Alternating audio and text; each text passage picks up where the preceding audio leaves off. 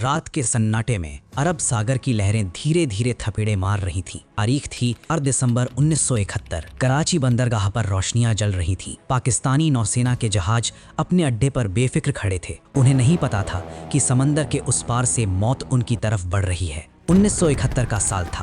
पूर्वी पाकिस्तान में खून की नदियां बह रही थीं। लाखों शरणार्थी भारत की सीमा में दाखिल हो रहे थे। पाकिस्तानी सेना बर्बरता पर उतारू थी। 3 दिसंबर को पाकिस्तान ने भारत पर हवाई हमले किए। युद्ध शुरू हो गया। भारतीय नौसेना के प्रमुख एडमिरल SM नंदा के दिमाग में एक योजना थी। वो कराची में पैदा हुए थे। वो जानते थे कि पाकिस्तान की जीवन रेखा कहाँ है। कराची बंदरगाह, पाकिस्तान की नौसेना का मुख्यालय, तेल के टैंक, गोला बारूद के गोदाम। अगर ये ठप हो जाए तो पाकिस्तान की रगों में खून का बहना बंद हो जाए। एडमिरल नंदा के पास एक गुप्त हथियार था, सोवियत संघ से मिली ओसा श्रेणी की मिसाइल बोट्स, छोटी, फुर्तीली, जानलेवा। 3 जहाज, INS वीर, INS निपत, INS निर्घात। हर जहाज पर 4-4 स्टिक्स मिसाइलें। ये मिसाइलें 40 नॉटिकल मील दूर तक दुश्मन के जहाज को भेज सकती थीं, लेकिन इनकी रडार रेंज कम थी। ये लंबी दूरी तक अकेले नहीं जा सकती थी। भारतीय नौसेना ने एक शतरंज की चाल चली। इन मिसाइल बोट्स को INS पोषक नाम के टैंकर से जोड़ा गया। साथ में 2 पेटिया श्रेणी के युद्धपोत, INS गिल्तान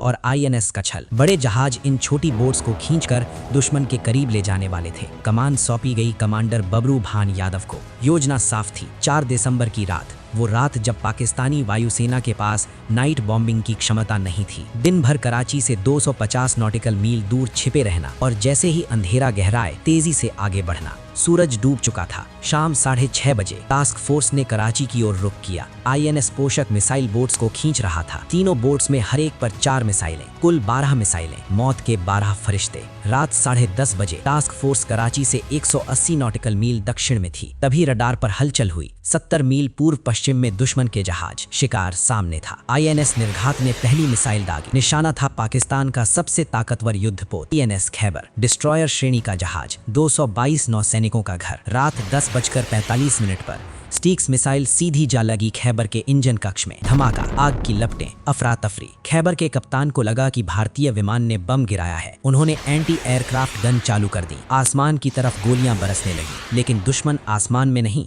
समंदर में था। खैबर ने मदद के लिए संकेत भेजा। दुश्मन के विमान ने हमला किया। Number 1 boiler hit. जहाज रुक गया, लेकिन अफरा तफरी में उसने गलत लोकेशन भेज दी। तभी INS निर्घात ने दूसरी मिसाइल दागी।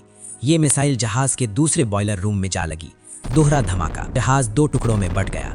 PNS खैबर समंदर की गहराइयों में समा गया। 222 नौसैनिक हमेशा के लिए सो गए। INS निपत आगे बढ़ रहा था।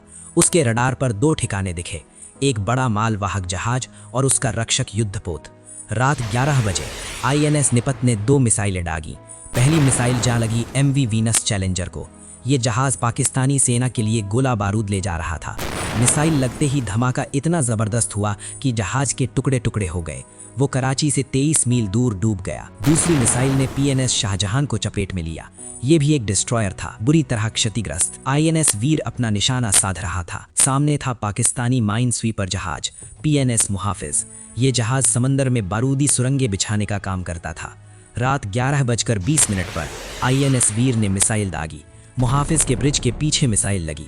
जहाज पलक झपकते ही डूब गया। उसके पास कोई संकेत भेजने का मौका नहीं था। 33 नौसैनिक समंदर में समा गए। अब बारी थी असली लक्ष्य की। INS निपत कराची बंदरगाह से सिर्फ 14 मील दूर पहुंच गया था। सामने थे केमारी के विशाल तेल भंडारण टैंक, पाकिस्तान की ऊर्जा की जीवन रेखा, लाखों टन तेल। रात 11:35 पर INS निपत ने 2 मिसाइलें दागी। पहली मिसाइल चूक गई, दूसरी सीधी जा लगी तेल के टैंकों में। धमाका, आग का गोला फटा, आसमान लाल हो गया। कराची का आधा शहर रोशन हो गया। लाखों टन तेल जलकर खाक हो गया। आग इतनी भीषण थी कि 2 दिनों तक धधकती रही। पाकिस्तान के विमानों और टैंकों के लिए ईंधन खत्म हो गया। उसकी अर्थव्यवस्था की रीढ़ टूट गई। हमला खत्म हो चुका था। तीनों मिसाइल बोट्स ने अपनी मिसाइलें दाग दी थी। पाकिस्तानी नौसेना अफरा तफरी में थी। उनके रडार काम नहीं कर रहे थे। उनके जहाज डूब चुके थे। उनके तेल के टैंक जल रहे थे। भारतीय टास्क फोर्स सुरक्षित वापस लौट गई। एक भी जहाज क्षतिग्रस्त नहीं हुआ, एक भी नाविक शहीद नहीं हुआ। ऑपरेशन ट्राइडेंट पूरा हुआ। 5 दिसंबर की सुबह हुई तो पाकिस्तान सन्न था। 3 जहाज डूब चुके थे, PNS Khyber, PNS मुहाफिज, MV Venus challenger. एक जहाज बुरी तरह क्षतिग्रस्त, PNS शाहजहां। कराची बंदरगाह के तेल टैंक जल रहे थे। सैकड़ों नौसैनिक मारे गए और भारत की ओर से एक भी नुकसान नहीं। इस ऑपरेशन के बाद पाकिस्तानी सेना में हड़कंप मच गया। 6 दिसंबर को पाकिस्तानी वायुसेना ने अपने ही जहाज PNS जुल्फिकार पर हमला कर दिया। उन्हें लगा कि ये भारतीय मिसाइल बोट है। उस हमले में कई पाकिस्तानी सैनिक मारे गए। ऑपरेशन ट्राइडेंट की सफलता के बाद भारतीय नौसेना का मनोबल आसमान पर था। 3 दिन बाद 8 दिसंबर को ऑपरेशन पाइथन चलाया गया। उसने कराची पर आखिरी कील ठोक दी। पाकिस्तानी नौसेना पूरी तरह पंगु बन गई। 16 दिसंबर को पाकिस्तान ने आत्मसमर्पण कर दिया। बांग्लादेश आज़ाद हुआ। इस ऑपरेशन के नायकों को सलाम। कमांडर बबरू भान यादव को महावीर चक्र मिला, lieutenant commander Bahadur Nariman Kavina, lieutenant commander SK Mishra और वो सैकड़ों नाम जो इतिहास के पन्नों में सुनहरे अक्षरों में लिखे गए। ऑपरेशन ट्राइडेंट सिर्फ एक युद्ध नहीं था, ये भारत की मानवीय शक्ति का पुनर्जन्म था। उस रात भारतीय नौसेना ने साबित कर दिया कि रणनीति, साहस और सटीक योजना के दम पर कैसे इतिहास रचा जाता है। छोटी मिसाइल बोट्स ने बड़े युद्धपोतों को धूल चटा दी। एक ऐसा ऑपरेशन जिसकी मिसाल आज भी दुनिया की नौसेनाओं में दी जाती है। आज भी जब 4 दिसंबर आता है तो अरब सागर की हवाएं उस रात के धमाकों की कहानी फुसफुसाती हैं।